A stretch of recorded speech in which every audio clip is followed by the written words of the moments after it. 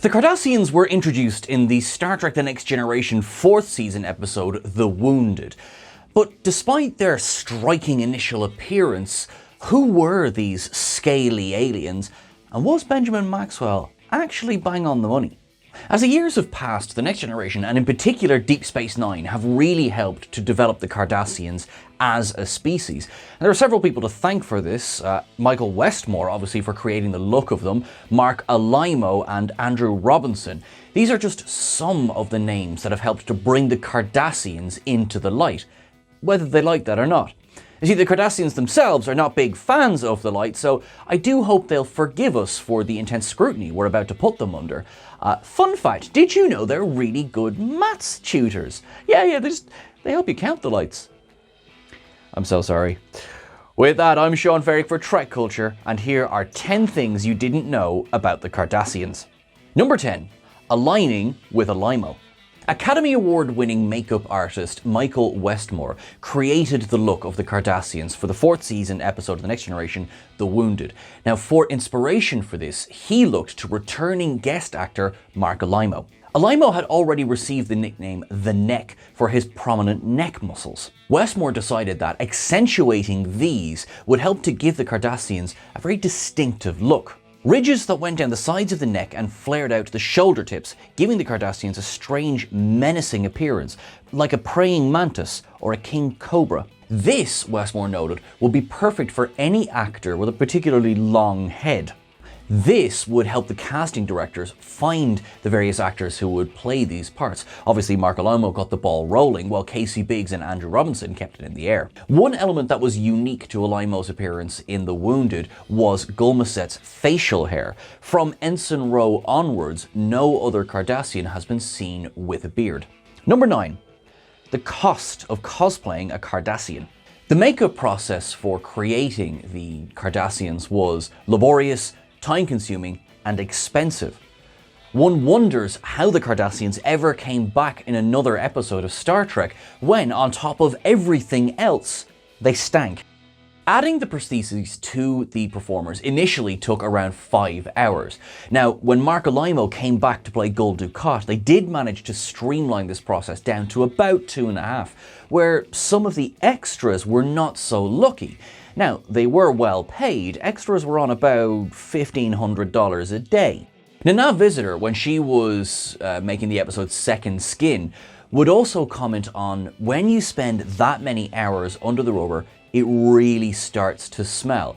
She in fact said that the Cardassian prostheses were in fact the smelliest of all of the alien prosthetics that were on show in Star Trek. On top of that, for her particularly, she said that the Cardassian prostheses were really tough on someone who was claustrophobic. Robert Blackman, who was the costume designer, said that initially, whoever was playing a Cardassian had to have about 1% body fat just to fit into those form-fitting clothes. I mean, you can kind of understand why the Cardassians were so prickly when you add these things up together. Now, a fun fact is that in episodes like the Maquis, when we see Leggett Parn, and later on when we see, frankly, more full-bodied performers playing Cardassians, this was a deliberate move on the part of the showmakers to go that Cardassians are not any one thing, which we will continue exploring in this video. Number 8. Tears of the Women. The original tear makeup of the Cardassians was quite simple. It was in the forehead between those two, jutting, running bits of bone. You can see this really clearly in the Star Trek Picard Season 2 episode Penance when Gul Dukat's skull is grinning right at the camera. The Next Generation's 6th season episode, The Chase, introduced the first female Cardassian on screen in the form of Gul Osset. Now, she was a little bit different because she had a blue tint to the tear on her forehead, as well as blue ridges, just individual ones on the side of her neck. The script for The Chase suggests that this shows a kind of a sexual dimorphism in this species, that there will be a difference between male and female. No genetic reason was ever given for why female Cardassians would have coloured ridges and the tear as opposed to male Cardassians. However, Star Trek Lower Decks producer Bradley Winters agrees that it's probably cosmetic. This is the Cardassian version of putting on some makeup.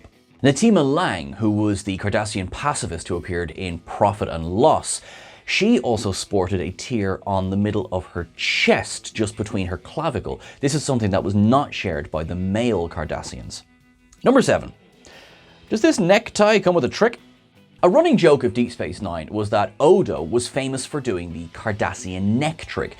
Now, no actual details have really been given as to what the neck trick is, but there are a few clues. Dr. Maura Paul reminded Odo that when the shapeshifter was still in the lab, Cardassians would come from miles around to see him do the neck trick. Gul Dukat said it brought the house down, and even Odo's informant in Improbable Cause asked if he still did the neck trick. He didn't, by the way. Now, his reputation preceded him, so much so that when he went to Quark's bar, this is back when it was still under occupation by the Cardassians, Quark asked him on their first meeting, could he do the neck trick, and is this something that maybe they could go into business together to do? Shockingly, Odo said no.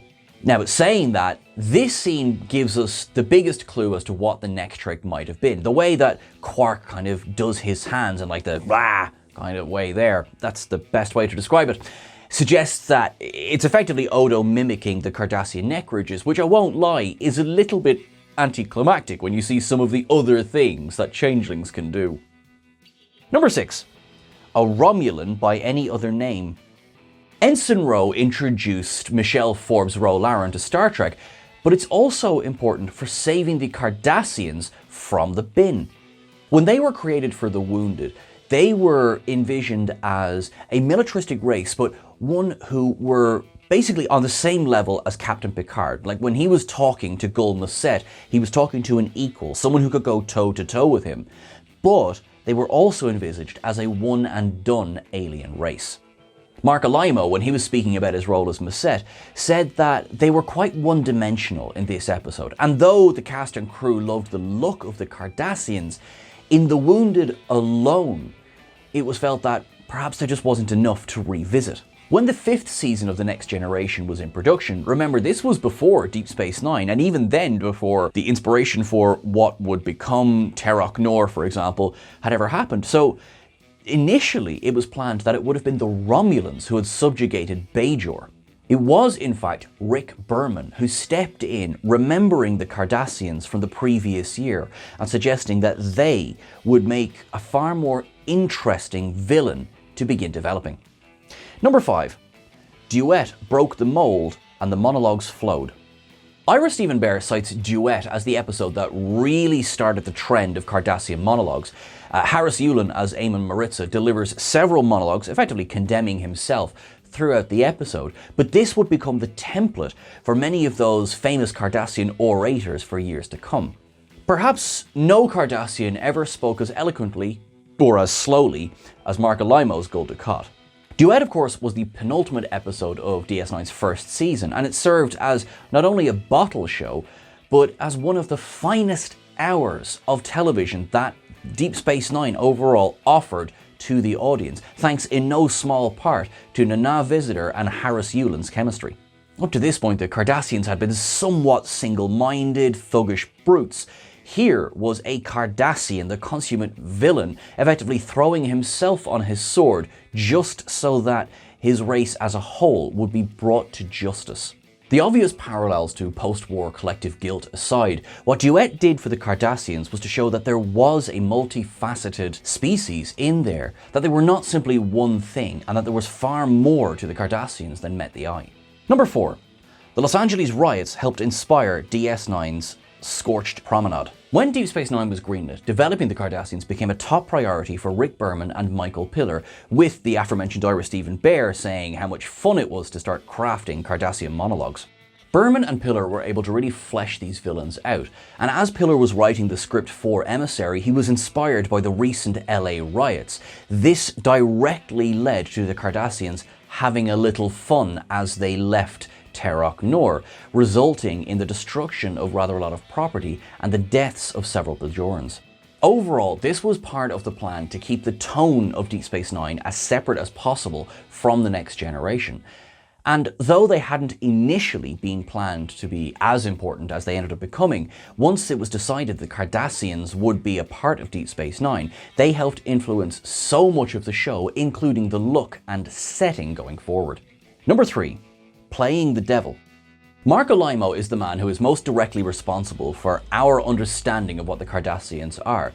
Together with Michael Westmore's incredible makeup design on him, he became the architect for Cardassian leadership. When interviewed by the official Star Trek magazine during Deep Space Nine's second year, Limo admitted that even at that point, he didn't really have much of an opportunity to discuss with the writers what the Cardassians were and what they were about. He did, however, believe that they were a race who believed in order and honor. He drew on his own theatrical experience, and he believed that they should be played with a certain sense of classical importance. He saw them as possessing a sort of dogged sense of determination, believing that they possessed a philosophy that said they would continue fighting until victory was achieved. Number 2. They were humanized so much that they stopped being villains. Ira Steven Behr believed that by the time DS9's 4th season came around, the Cardassians had become so multifaceted that they weren't really strictly villains anymore. When you add to that the rise of the Dominion and the Klingons going nuts, as of course they did in The Way of the Warrior, the Cardassians moved sharply out of the villainous limelight. Behr believed that they had become so humanized that it was very difficult to hate them. Robert Hewitt Wolfe, on the other hand, said that this multifaceted way of looking at them, it really helped to accentuate when they did do pretty heinous things. It stood out more. How could these people who are not one thing commit such acts? Introducing the civilian government of Cardassia was always meant as a temporary arrangement, even though by the time the Detapet Council takes over in The Way of the Warrior, the plans for aligning Cardassia with the Dominion had not yet been written. In saying that, having Ducat switch sides, as Sisko said, you saw which way the wind was blowing and you switched sides, seems like a good idea at the time, that was important because, of course, spoiler I guess, it would be Ducat who would negotiate with the Dominion the following season. Therein, in Ducat, he's a good example of how Cardassians are never one thing. They may say one thing and mean another, or they may do one thing while saying another. They can be more than one thing, no matter how unpleasant that thing may be. Number 1, they were the architects of their own demise. The fact is, the Cardassians brought it upon themselves. Was J.G. Hertzler being a little bit harsh in the Star Trek DS9 companion, or do you agree with him? By the time Deep Space Nine was coming to a close, the writers had managed to make the Cardassians so deep and fleshed out that none of them were purely evil, although let's be honest, Ducat came pretty close. Damar and Garrick as well, of course, helped to truly flesh out what the Cardassians were. So how would the audience react to the near total destruction of Cardassian civilization in What You Leave Behind? On the streets of the capital, Sisko, Admiral Ross and Martok stand with a bottle of blood wine. While Martok is perfectly happy to drink over the fallen bodies of Cardassians, as he said, the Bajorans would call it poetic justice, Sisko and Ross are unable to join him, instead choosing to pour out their blood wine on the ground and leave Martok to his toast. Now, again, this was a very deliberate decision by the filmmakers to go, we need to pass comment over this. How would the Klingons react to this? How would humans react to this? Because, again, there is arguments on all sides. Did the Cardassians get what was coming to them? Or were they simply victims who got carried away? Who knows? Whatever side of the argument one comes down on, what is fair to see is that the duplicitous reptilian Cardassians grew to be far more than the one-dimensional villains that were introduced all those years before. Thanks to a couple of cameos in Star Trek Discovery, we know that the Cardassians are still alive in the 32nd century. Might we see a few Cardi cadets in Starfleet Academy? That's everything for our list today, folks. Thank you so much for watching along. If you enjoy lists like this, do let us know. Don't forget to check out our ones on the Klingons. We've got ones on the Andorians as well. Let us know in the comments below which ones you want to see. I have been Sean. You can follow me at Sean Ferrick on the various socials. Please make sure you're following at TrekCulture as well. Please make sure that you're subscribed because it makes such a difference when you do. You are awesome. You are wonderful. Make sure that you live long and prosper till I see you again. Look after yourself because you deserve it. Thanks a million.